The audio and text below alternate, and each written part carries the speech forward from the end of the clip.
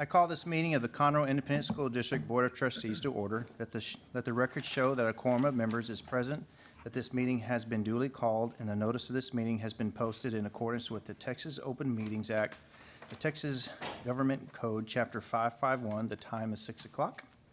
I'd like to turn the time over to, for our invocation to Mr. Scott Moore, and after him, we'll have our pledge by Ms. Stacy Chase.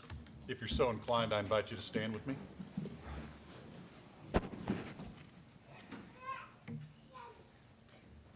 God of all people in all places at all times, we pause during this season to acknowledge you as the light of the world, the light sent to shine the way in the darkness for all of us. God, we give you thanks for another successful year for our students and our staff, and we celebrate their incredibly hard work to get this far. We pray that your spirit of renewal and refreshment would be upon them during this holiday season, that they may return to us next year, ready to continue their learning in the classroom and in life. And we give you thanks for those dedicated educators who give so much of themselves to see that our children are cared for and become productive citizens. And we celebrate our graduates from last night who, through their own paths, have arrived at the end of their education journey with us, but we pray that it would not be the end of their relationship with this district.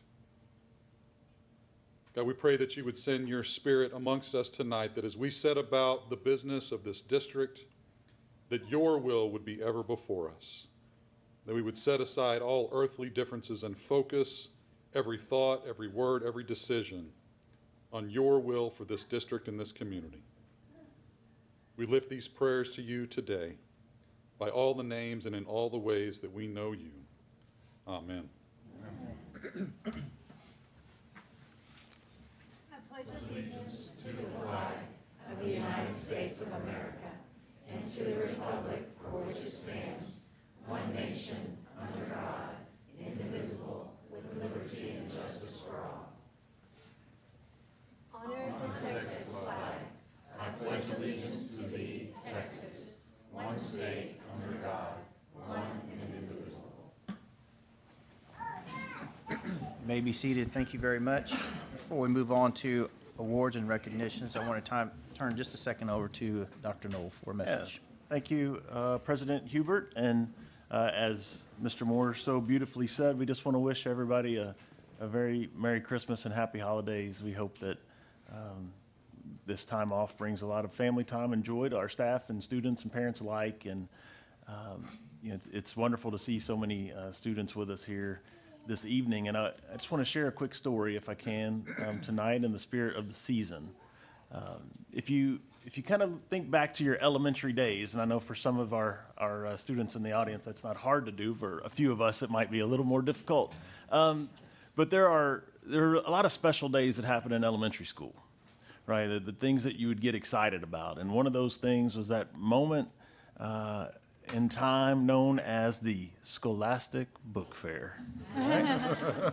It's a special day, right? And so we all remember as being children and asking our parents for money so that we could go into the book fair and make those purchases, and sometimes for ourselves and sometimes for family members, but it's always special. And that's one of those traditions that lives on today. So if you're not somebody that is in our schools very often, know that still happens. And just last week, we were having a book fair over at Milam Elementary, and a young man went in to do his shopping and found a book that he fell in love with, and he really wanted to purchase it. And except for the amount of money that his parents were able to provide him was not quite enough to purchase the book. So the librarian did a great job of helping him go and find other options that he could afford during the book fair. And yet the young man continued to kind of circle back to the book that was just calling his name. And enter into the moment Conroe ISD police officer Jonathan Guerra, who is not here tonight, so we don't get our chance to recognize him. He couldn't be here this evening, but because Officer Guerra said when he was a young man, he was a young man that didn't always have enough money to buy the book he wanted.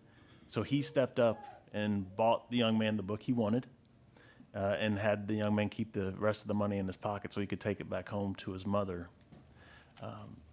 That's the spirit of the season, right? That's what we do. And you look at our Children's and Santa's Dreams toy drive that we've been doing as a school district, and those are staff members contribute, community members contribute, and help our CISD police department to really bless the lives of a lot of families. Over 600 families have been impacted, and 1,500 kids will receive Christmas gifts because of the work of this community.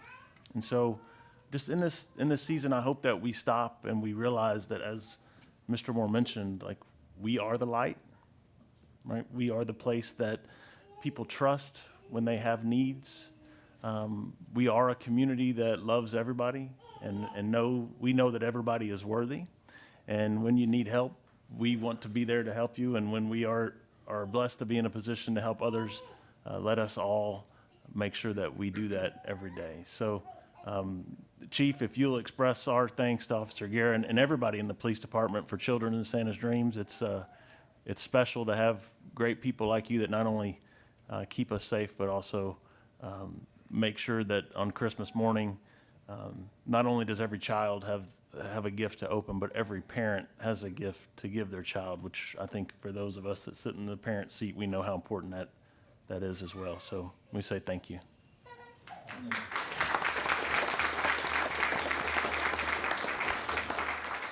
Great message. Thank you, Dr. Knoll, for sharing that with us. Moving on to item 2A, Special Board Recognition, Destination Imagination Global Champions. Dr. Knoll. All right, we're going to recognize some great, very bright children who are recognized for excellence. And to do that, we'll have Ms. Chris Reichelt make this introduction. President Hubert, Board of Trustees, and Dr. Knoll. Destination Imagination is a global educational nonprofit competition dedicated to inspiring the next generation of innovators, leaders, and creative problem solvers. DI provides unique educational experiences across 7 project-based challenge types, which include technical, scientific, engineering, fine arts, improv, service learning, and early learning. The DI Challenge experience is 100% student-driven. The academic challenges are designed to teach the creative process, which is a system of learning that is the root of innovation and a child's ability to bring that to life. Each season, new and engaging team challenges that encourage students to explore their passions, discover their unique talents and abilities, and learn new skills that are offered. Teams also participate in Instant Challenge, which is quick, creative, and critical thinking exercises that build teamwork and problem-solving abilities. During the 2020-2021 school year, Conroe ISD had 53 teams participate in DI. 3 of those teams placed first in the virtual DI global competition. Before I go any further, I'd like to take this opportunity to personally thank the board for your continued support in Destination Imagination. This program enables students who would not normally perform on an athletic field, but gives them a chance to shine in the academic arena. Tonight, I am proud to introduce to you the members of the 3 global champion teams. The first team to be recognized is the Timekeepers from the Academy of Science and Technology, coached by Cindy Kim and John Anderson White. Timekeepers, if you could please come forward.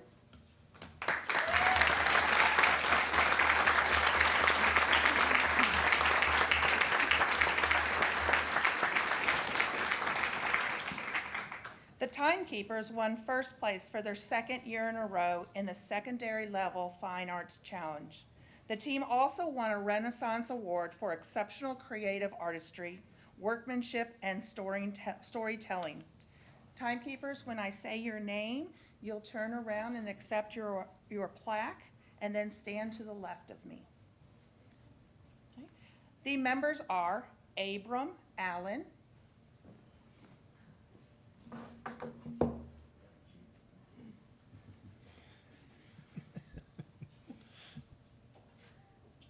Naaman Aurora.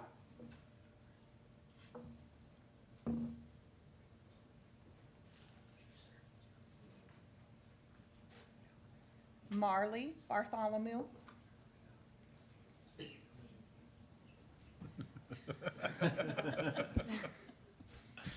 Jonathan Kim.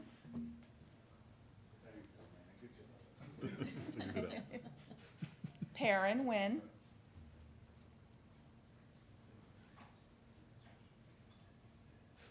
And Rihanna Patel. What do you want to do now, Sarah?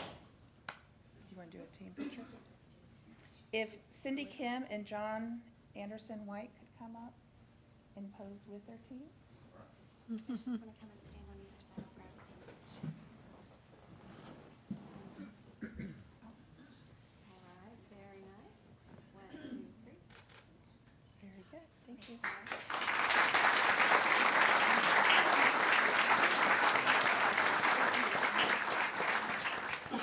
The next team to be recognized are the DI Janes from the Woodlands College Park High School.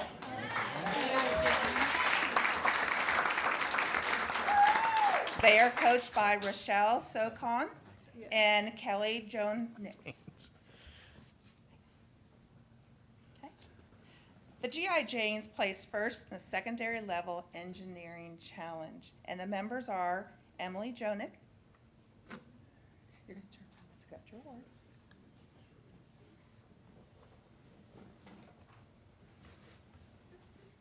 Nanette Socon.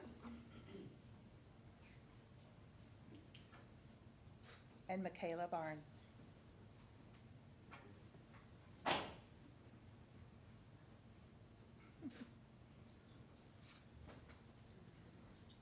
And the coaches, if you would like to come up. The coaches are Rochelle and Kelly.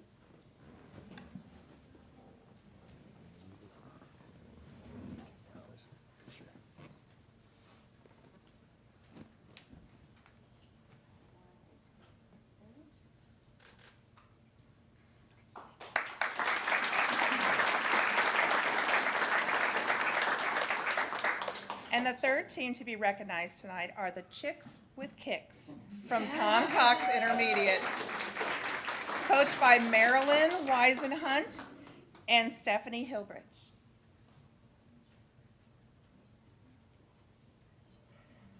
The Chicks with Kicks won first place in the middle level technical Fast Flex Challenge.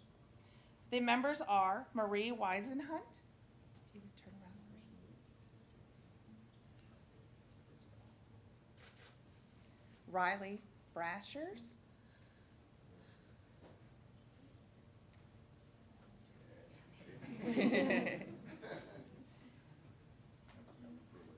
Natalie Hilbrich.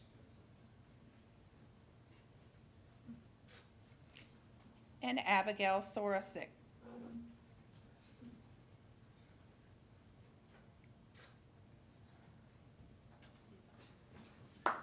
Yes, and the coaches, if Marilyn and Stephanie, if you would like to come up.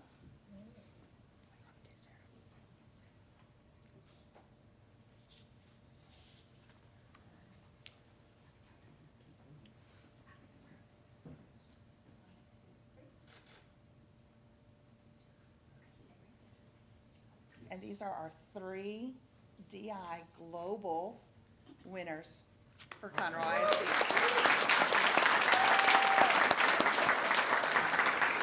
I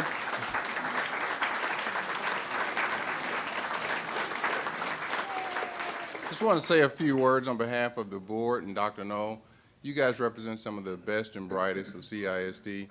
You guys represent well, not at a state, not at a local, but a global level. So kudos to you guys. Please let me know where you land, where you end up, because I want to invest in you guys.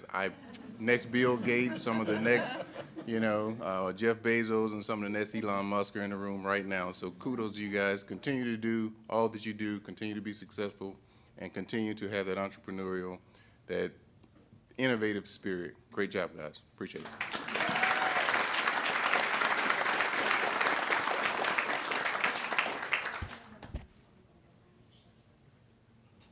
Step forward. forward, step forward. Come this way. Coming through. Everybody's following him. Perfect. Hardest part of the night, right here. Take it around. Great job, Coach. Appreciate you, man. Congratulations. Great job, Coach. Appreciate you. I know. Thank you. Good job, man. Keep doing what you do, man. Great job. Thank you. Good Congratulations. job, Coach. Good teamwork, man. Congratulations. Great job, man. Good job. Go for it. Congratulations. Good job. Okay, you guys, man. Love the name. Great job. Thanks, Coach. Thank you. Congratulations. Thanks for taking care of him, Coach. Congratulations. Thanks for doing a good job. Appreciate you. Very Congratulations, young lady. Congratulations. You're working. Great job. Thank you. Congratulations. Congratulations. Appreciate it, Coach. Thanks for supporting me. So proud of you all. Thanks for helping us out. Thanks for getting us. Oh, absolutely. That was long overdue recognition. We've been trying to schedule them for about 6 months, so it is nice that we finally were able good. I'm glad to we bring them got in that. today. They may be repeats before we get a Yeah, that's true enough. Yeah. Some of them are gonna win their third in a row before we get them here for the first time. That's phenomenal. Global. I never heard of that one. No, right? It's awesome. Not state, not local. Great job. Thank you for those words, Mr. Williams. I appreciate it. We all do. Moving on to item 2B, Special Board Recognition, 2021 Lone Star Schools Counselor Association School Counselor of the Year, Ashley Wright from Bradley Elementary. Bradley. Elementary. All right. I gotta make sure we get that right. I don't want anybody Dr. Butler. throwing Man, you stuff. Ready to have a principal come flying across the room. I know. And a counselor. Yeah, that's right. Well, thank you, Mr. Hubert. You know,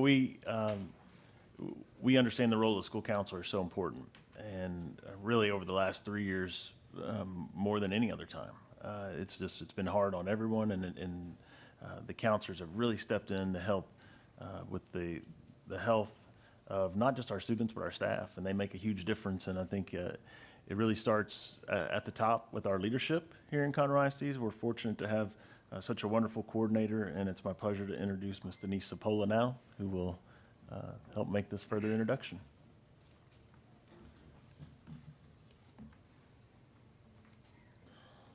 Thank you, Chairman Hubert, members of the board, and Dr. Knoll. It's always such an honor for me to recognize the extraordinary accomplishments of our counselors. So I need to take just one moment before we continue with this recognition in order to celebrate another award.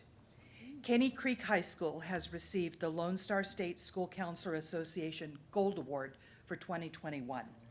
This was an extensive application process which put on paper and documented the daily impact the Caney Creek counselors have, delivering a comprehensive guidance model program. They are now in consideration for the American School Counselors Association RAMP Award, the ASCA Award, which is a national recognition. So we have our fingers crossed. Awesome. It's my privilege to introduce Tiffany Rodriguez, who is the Caney Creek High School lead counselor, and she also serves as the Lone Star State School Counseling Association, LASCA, president. Tiffany's leadership providing professional development and support for the counselors throughout this great state of Texas is exemplary. Tiffany?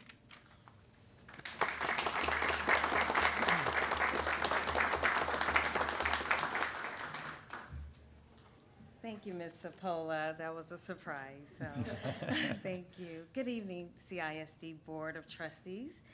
In spring of 2021, Ashley Wright, a school counselor at Lucille J. Bradley Elementary School, was named the 2021 Texas School Counselor of the Year by the Lone Star State School Counselor Association, known as LASCA. The LASCA School Counselor of the Year Award honors professionals who devote their careers to advocating for students and addressing their academic and personal development and college and career readiness needs.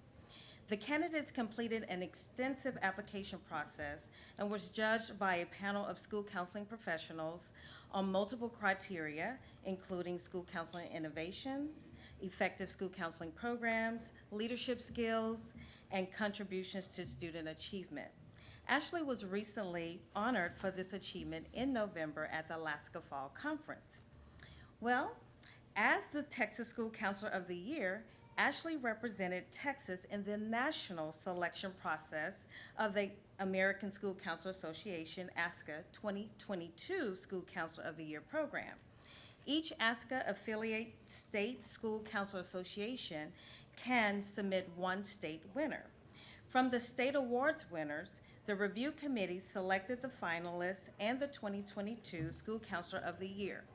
On October 6, 2021, Ashley Wright was selected as one of the top 5 national finalists for the 2020 school year of award program, which is huge. So 5 out of over 50 states she was selected.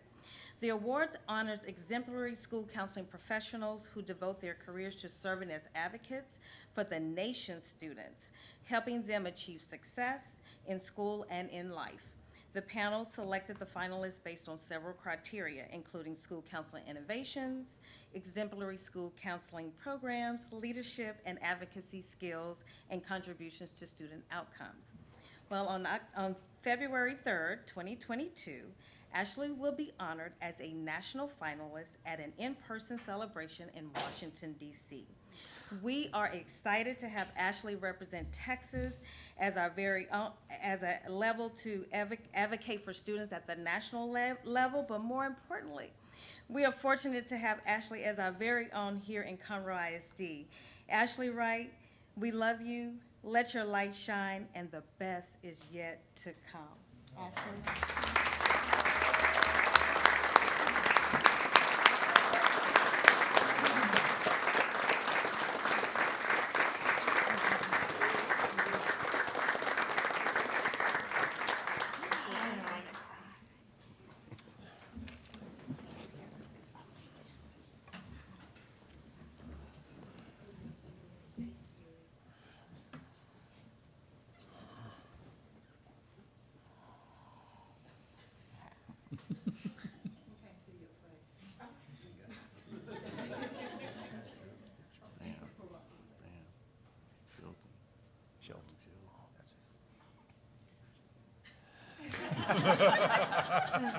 Anyone else?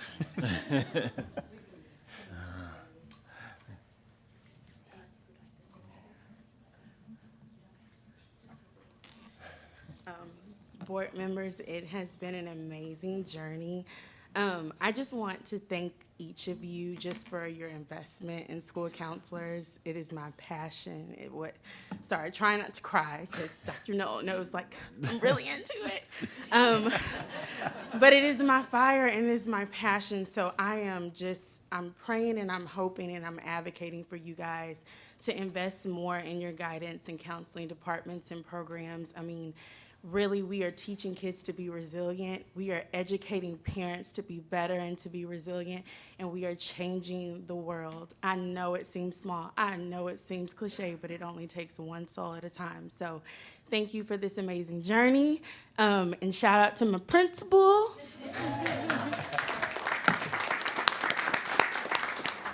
And my coordinator, and just all of my families, and my coworkers that showed up to me, just believing in me, even though they were like, "Ooh, never done this before," but we did it, and we're continuing to grow. So, thank you.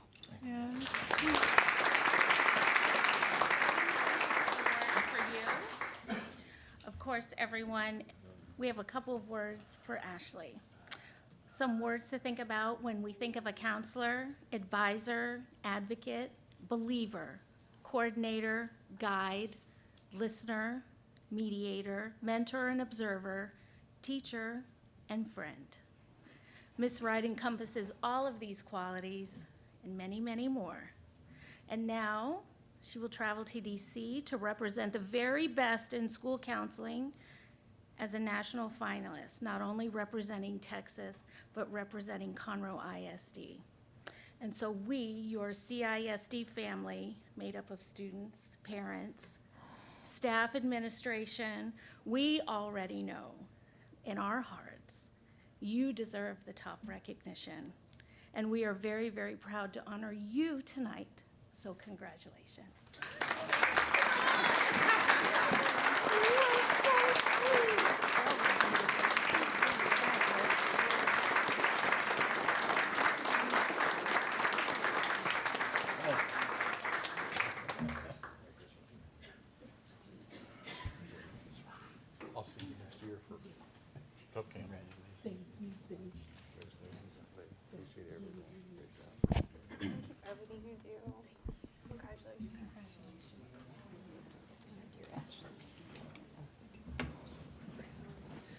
That's awesome. Great recognition. Congratulations once again. You know, Miss Wright, I got to tell you,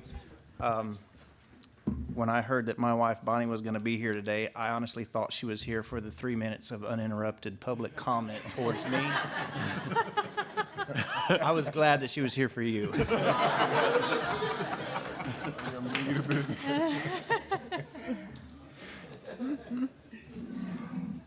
All right. We ready?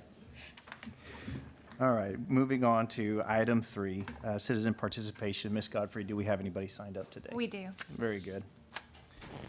Please keep in mind that while this meeting is held in a public forum, the purpose of this meeting is for the Board of Trustees to conduct the business of the district. In accordance with the Texas Open Meeting Act, Texas Government Code Chapter 551, Board Policy BED, if a patron during public comment addresses an issue that is on tonight's posted agenda, the board will defer its discussion of this issue until the item is reached on the agenda. For any issue that is not on the board's posted agenda, the board cannot and will not deliberate or make a decision related to that issue.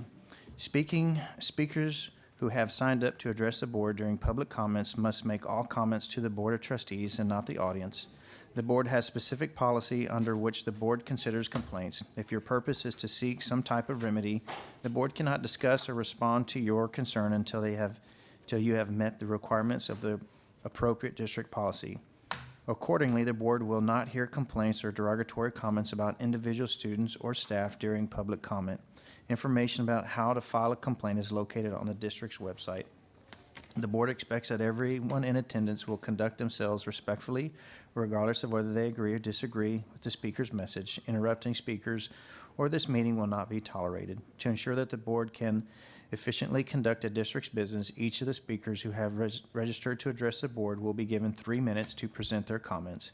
Each speaker's time will be displayed on the screen around the room. When the countdown timer reaches 0, the next speaker will be called. Ms. Godfrey, will you please call our first person? Diane Daniels. Figure it out.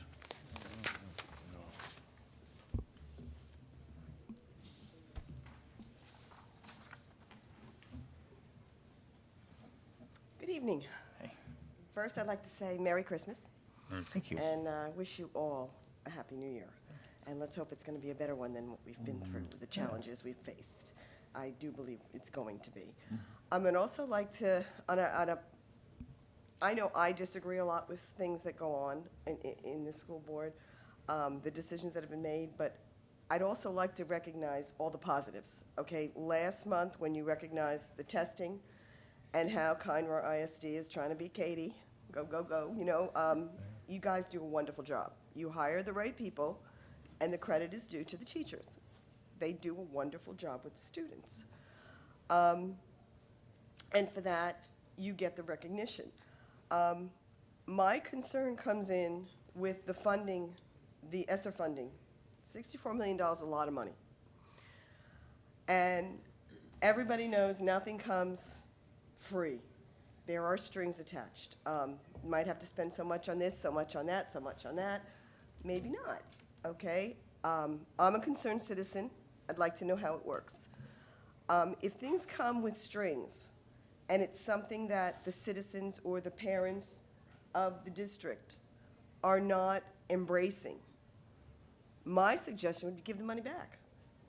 It's a lot of money, but if it comes with strings and you have to do something or open another section or counseling, well, I shouldn't say counseling because you've just been awarded immensely. And granted, the kids this past year would have needed a lot of counseling to get through what they've been through.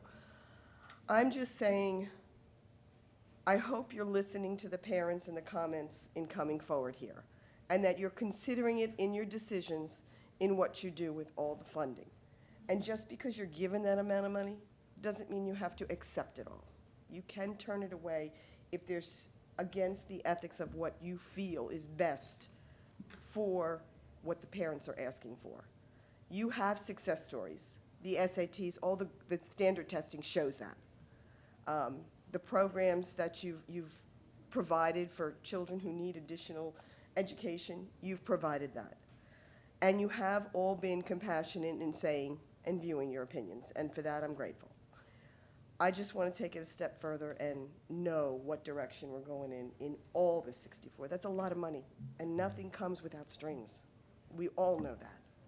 So take that into consideration. And again, Merry Christmas. Merry Christmas. Thank you. Anthony Natuno.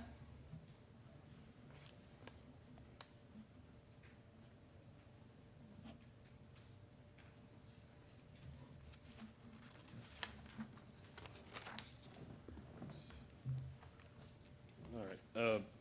Thank you. My name is Anthony Natuno. I was here a little over a year ago, and I'd like to give you a quick summary of why I was here last time. It was about the bright line test of 22-to-1, the classroom ratio, and how everybody focuses on that. But in reality, there's accommodations and other things that I think you should take into consideration.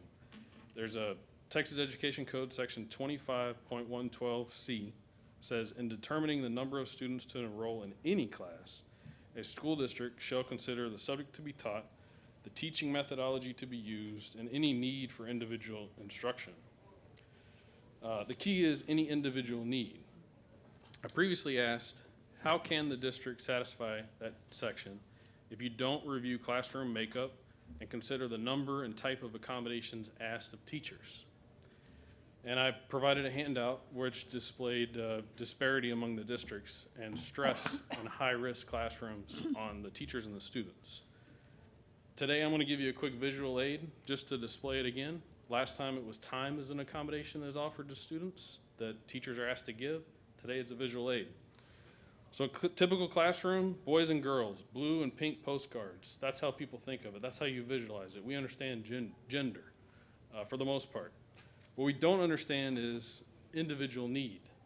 The district writes down all these things on an IEP plan and a 504 plan that says, I will do this for the student. I will help them succeed. And they put them in a classroom. But they put them in a classroom with 22 kids. And the typical percentage in the district is about 10%. So 2 kids in every class is what we should be targeting. If you max out at 22 across the whole district. Not practical. Probably not an equal distribution across the whole district. I get that, okay? But you have classrooms with multiple, 4 or 5, next to classrooms with none, sometimes in the same school. And my concern is, how can you say that you've met the individual need of every student in this classroom next to classrooms like this? You don't report either of these to the state as concerns because nothing I've showed you so far is above 22-to-1 ratio for the elementary. The problem is you're not monitoring it. I've asked since I came last time, we're still not monitoring it.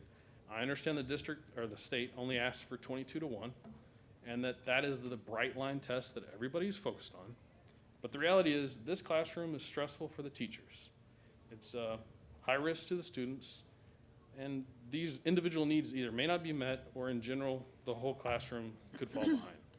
Thank you. Thank you. Thanks. Becky Steffen.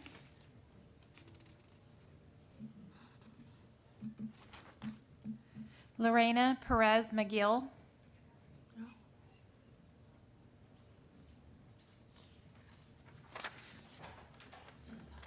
Good evening.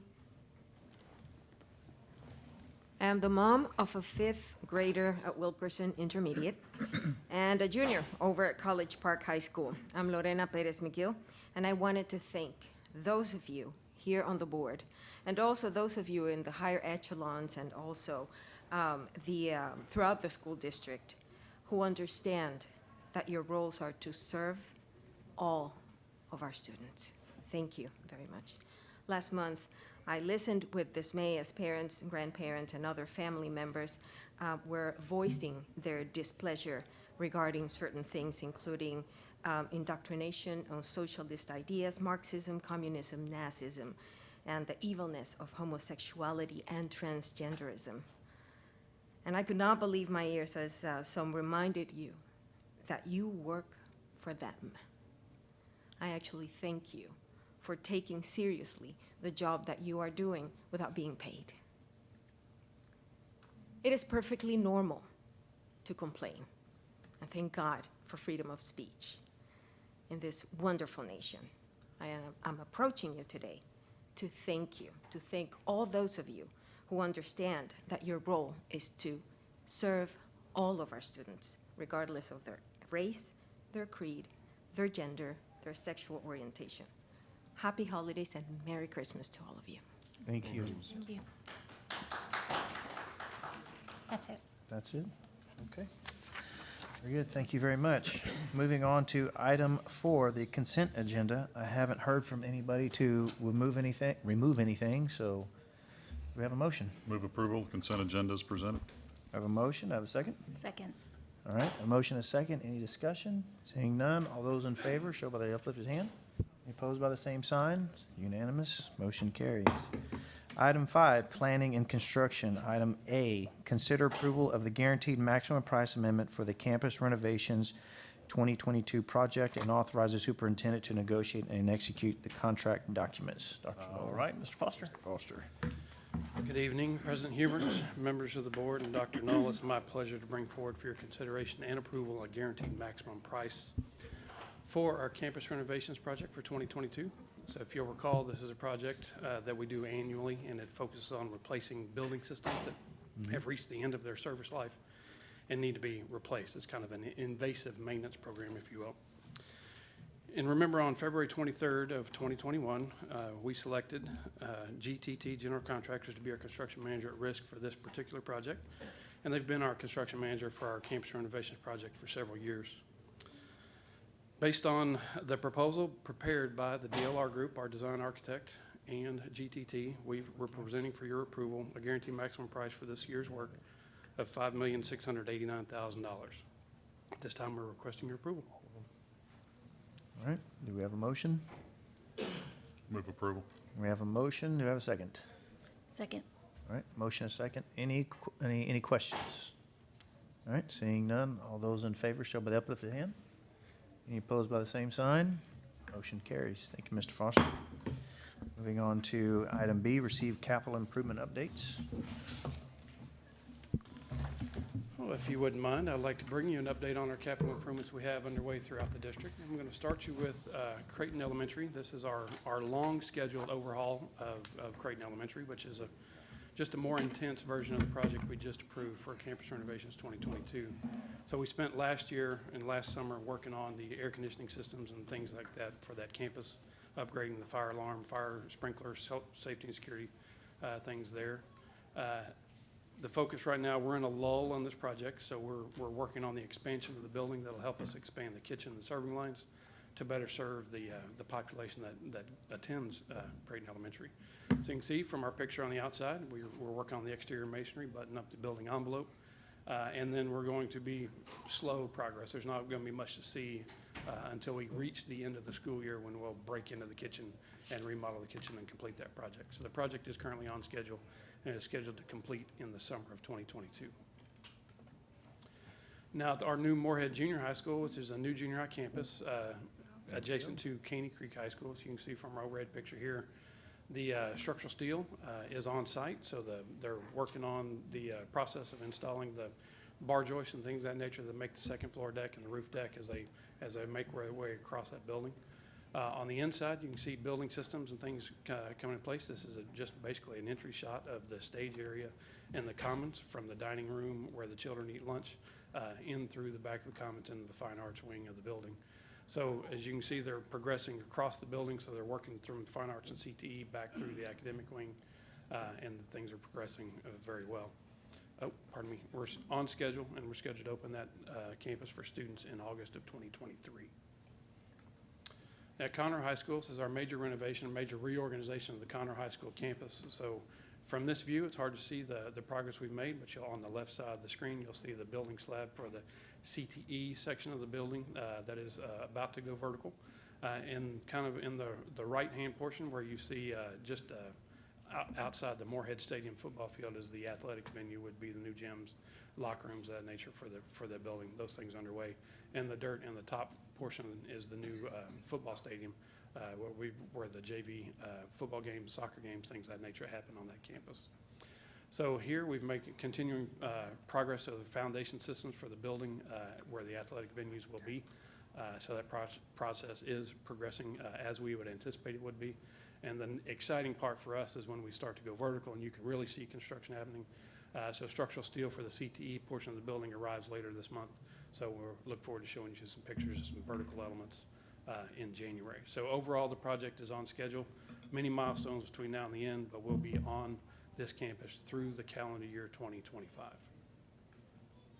At our new Jet Center, which is on the north end zone of the Wood Forest Bank Stadium. So this, from a view, you can see the building is rapidly approaching its completion. So we're installing windows and wrapping up the edge treatments on the roof and the other exterior elements that dry that building in.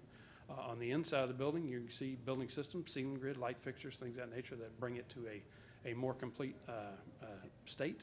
So we look forward to turning that building over for our use in the spring semester. So it looks like we're going to wrap up the building in the month of February and then take it over as a district and begin using it late in the spring semester as we had planned. Now at Gordon Reed Elementary, this is a new elementary school in the Conroe High School feeder zone on the west side of our school district. From this look, you can see the exterior masonry is progressing well on that campus. The next big milestone we're marching forward for is the dry-in section where we're seeing, really seeing building finishes come along. On the inside, we are in the areas that are dry. You can see the building paint, so the spirit colors are starting to show up in the building. But that project overall is on schedule and is scheduled to open for students in August of 2022. At Oak Ridge High School, this is our overall project for the Oak Ridge High School campus, and then it'll also be our South County CTE campus. We've been busy working underground for the most part, so it's hard to see progress, but we're moving utilities on the campus. We focused on one of the major informational utilities, our fiber connection to this campus, which actually feeds most of the South County over this past weekend. That work has been completed successfully. We're working through some details with Entergy and CenterPoint on gas and electrical utility, and we look forward to the next couple of months showing you foundation progress and real vertical progress on those buildings as we go through. Overall, the building is on schedule and will be there through August of 2023. Now, Wilkerson Intermediate, this is our PE classroom edition. This is one where supply chain really tried to get the best of us. Our contractor has been working diligently. They're on a 7-day-a-week work cycle currently. The goal here is to turn this building over, turn the gym over so we can use it for PE classes in the spring semester, and we're very near being able to tell you that's happening. As I look forward to telling you next month that we are playing basketball in that gym. Like I said, the contractor is working 7 days a week. On the inside of that building, you are seeing the building spirit colors, so you can see the red tile to match the Wilkerson spirit colors for the campus. And on the inside, they're getting ready to, this picture is block fill, which is the first primer coat to be able to paint all that masonry that's been up for a month or so while they waited on the building to show up. So things are happening very well and very rapidly, and we look forward to still a diligent effort over the next several weeks to get the students in when they return from the winter break. But we have a strong desire to get it done, and our contractor is on board, and we look forward to turning it over in January for their use. Now, we will be on that site buttoning up other details and the rest part of the campus. So we have some kitchen renovations that come along with this that will actually make the final connections from the gym to the main building, and those will happen in the spring semester. But overall, we are working on it, and I will be able to tell you very soon we're on schedule. At Conroe High School, it's our ninth grade classroom edition, so that is to better serve the population of the growing Conroe High School feature zone. Dry-in is always a milestone we're looking forward to, so you can see the exterior masonry is nearing its completion. The next step on the roof is put that white cap sheet on it, which is the energy efficient portion of the roof to reflect the sunlight rather than absorb it. On the inside of this campus, you're seeing the walls and the building systems, things that normally happen during the course of construction that help develop and make the classrooms for our students to learn their chosen subjects in those buildings. That building is on schedule and is scheduled to turn over for our students' use when they return from the summer break in August of 2022.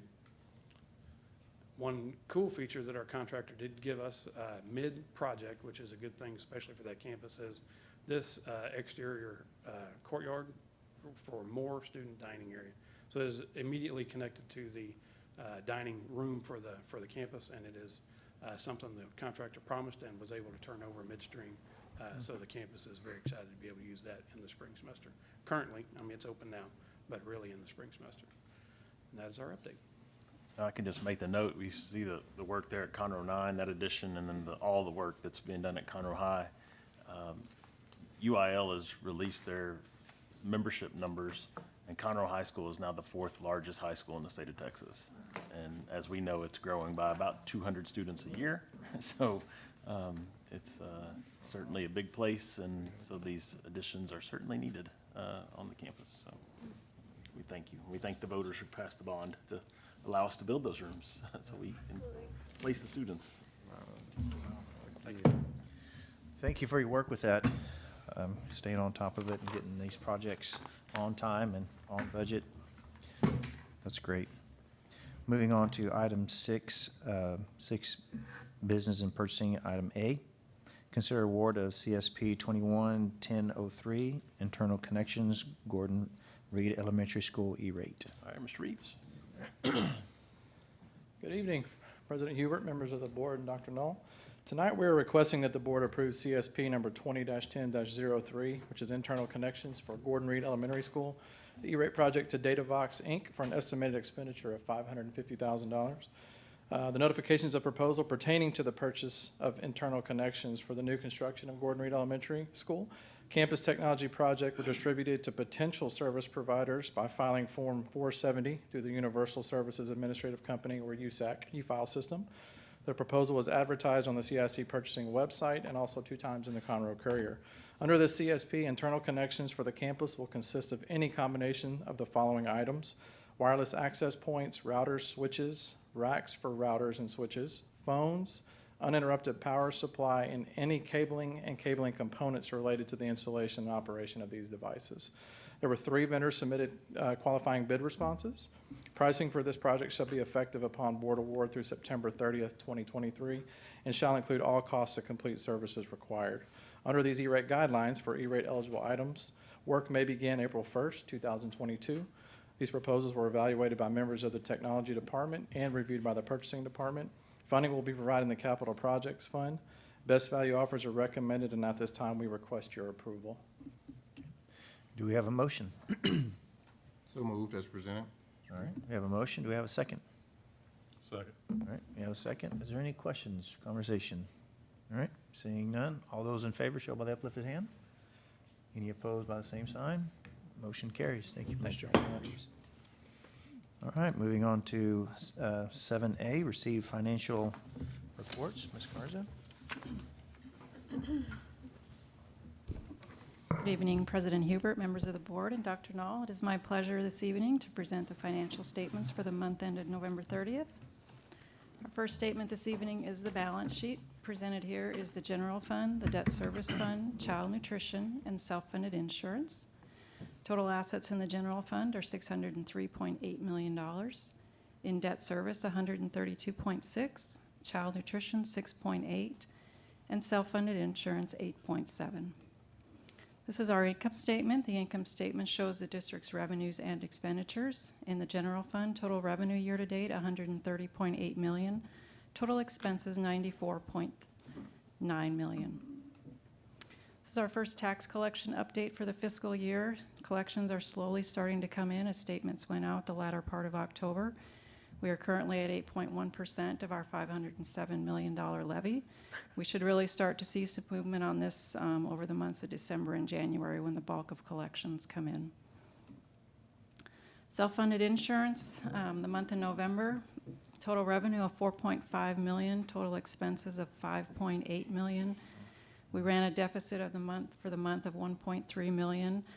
Our insurance consultant, Gallagher, is looking at these claims in more detail. However, we do believe some of this increase is a result of elective surgeries that were postponed during COVID. And now that COVID is better in the county and in the area, participants are starting to get out and see the doctor and take care of those elective surgeries that weren't done last year. Participation at our wellness centers is averaging 358 for the year.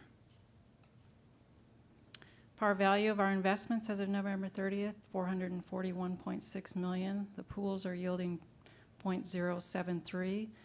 Our longer-term investments with TCG have a weighted average maturity of 583 days, yielding 0.828. Our combined portfolio is at .186, and our benchmark, the 90-day T-bill, continues to be at .045.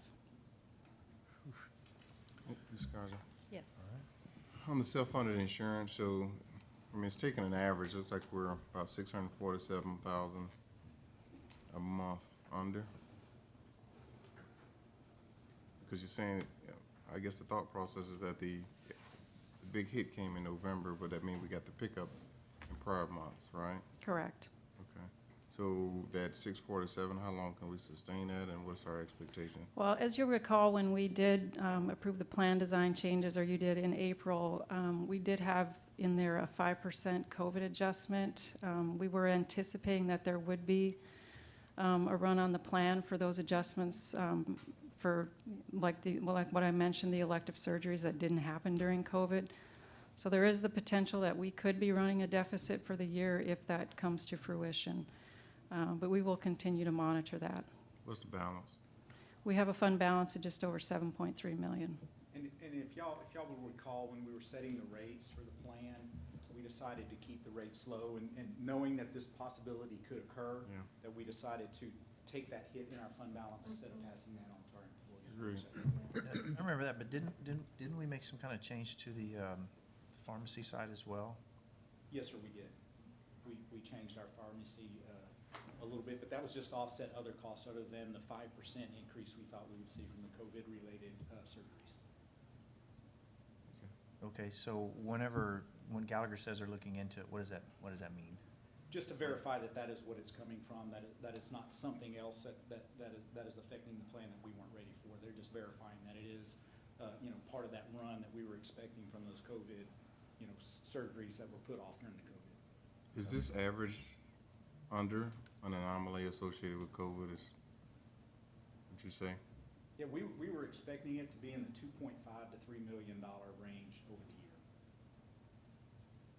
Okay. Looking at December trending so far, we're looking pretty good so far this month in December. It's looking like we will have a surplus this month. So I think we're going to see it kind of go in waves. Maybe a $2 million surplus? That would be awesome. Thank you. Okay. Anytime I see those negatives, it's just. Any other questions? All right. Thank you, Ms. Garza. Okay, moving on to our executive session. Ladies and gentlemen, we will have an executive session. A closed session of the board will now be held, and the matters contained in the notice for this meeting as authorized by section 551.071, 551.072, and 551.074 of the Texas Open Meeting Act. Should the board determine that any final action, final decision, or final vote be required with regard to any matter considered in such closed or executive meeting or session, then such final action, final decision, or final vote shall be either a public meeting upon the reconvening of the public meeting, or at a subsequent public meeting on the board of the board upon notice thereof, as the board shall determine. A closed session of the board will now be held. The time is only 6:53.